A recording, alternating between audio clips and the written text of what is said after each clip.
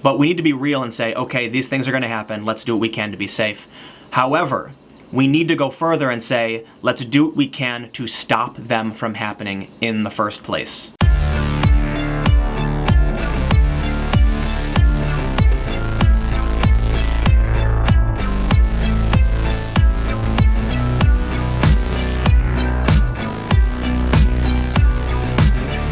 Today may turn out to be one of those boring days where we have to get establishing shots and B-roll, but Emily is here somewhere.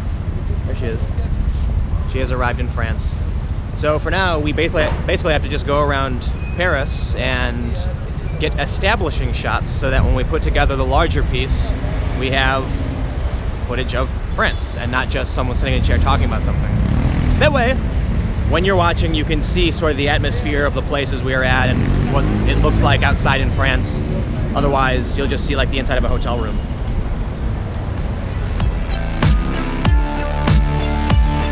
So this is the Museum of the Louvre. The pyramid just on the other side. Look at that. Entree.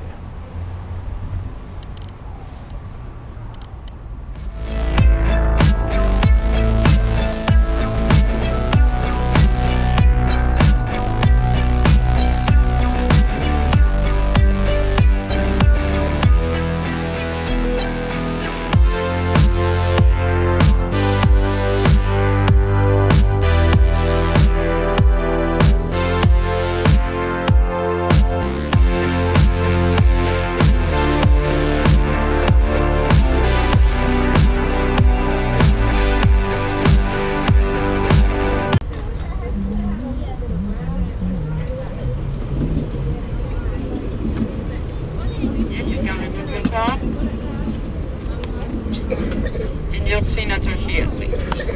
We're gonna go on a boat. I'm on a boat.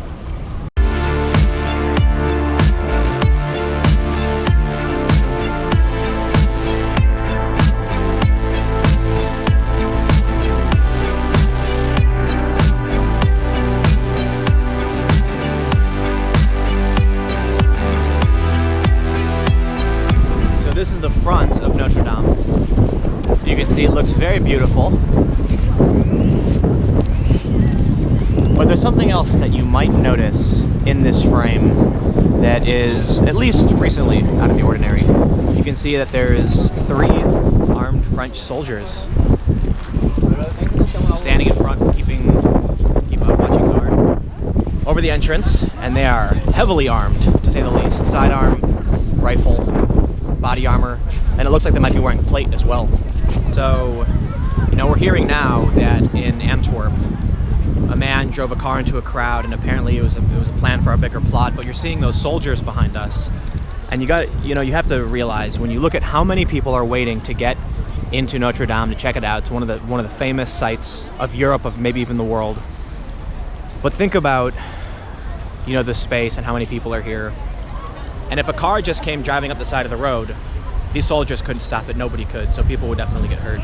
And that's probably why you're seeing these kinds of attacks, because as Europe increases its security, adds checkpoints, adds armed guards with rifles, there's different ways to attack a crowd, I suppose. And that's what they're doing.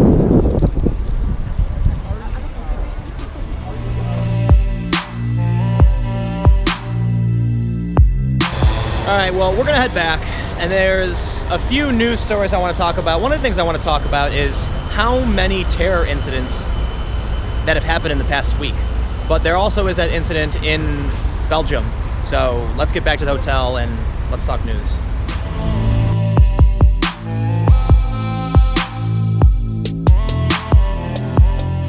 Well, we are back from a long day of shooting B-roll and eating snails, but we do have breaking news.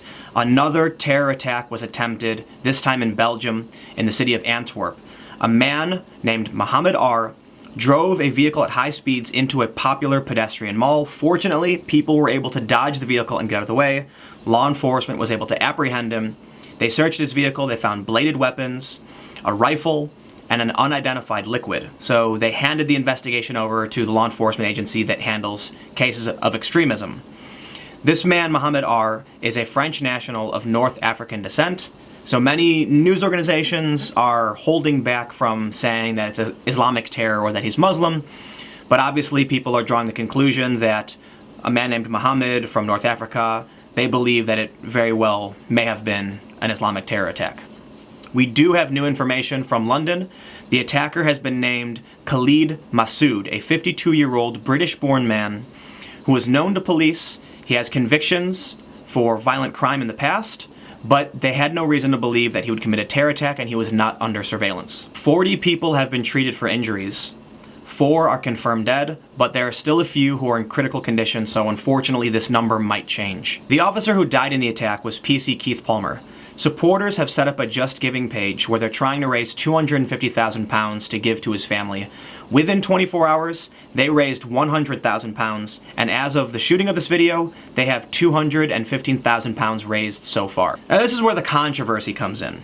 Donald Trump Jr. called out Mayor of London Sadiq Khan for statements he made in the past, where he said that terrorism is part and parcel of living in a major city. Now, both sides, the left and the right, are criticizing both people. You have the right criticizing Sadiq Khan for saying that terror attacks are part and parcel of living in a big city, and you have the left criticizing Donald Trump Jr., saying that he's trying to gain political points by calling out the mayor in this dark time. The mayor of London, in that quote, he did go on to say that we should do everything we can to be safe, to prepare for these kinds of incidents. But I think what's being missed from the whole controversy isn't the political points. It's that regardless of these attacks being part and parcel, we shouldn't accept things like this as normal. We shouldn't accept an increase in crime as normal, and we should do everything we can to make sure things like this don't happen. It shouldn't be normal. It doesn't mean that he's wrong when he says it, because the unfortunate reality is Sadiq Khan was right. Terror attacks are going to affect big cities. Now, it's true that there are many cities in the world that aren't seeing terror attacks like this, but we need to be real and say, okay, these things are going to happen, let's do what we can to be safe.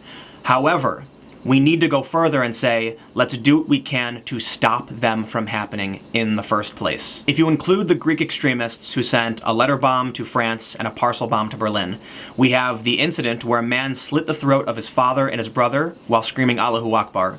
We have the Orly airport incident, we have the London incident, and now the incident in Belgium. So regardless of whether or not terror attacks are on the rise, I think you can see why people feel this is becoming a real problem. Tomorrow we have a meeting planned with someone who does volunteer work with migrants and refugees to get a better understanding of what's happening in France. So stay tuned, new videos every single day. Thank you all so much for watching. Don't forget to click the like button, comment below, and let me know what you think, and subscribe for more videos like this, and I will see you tomorrow.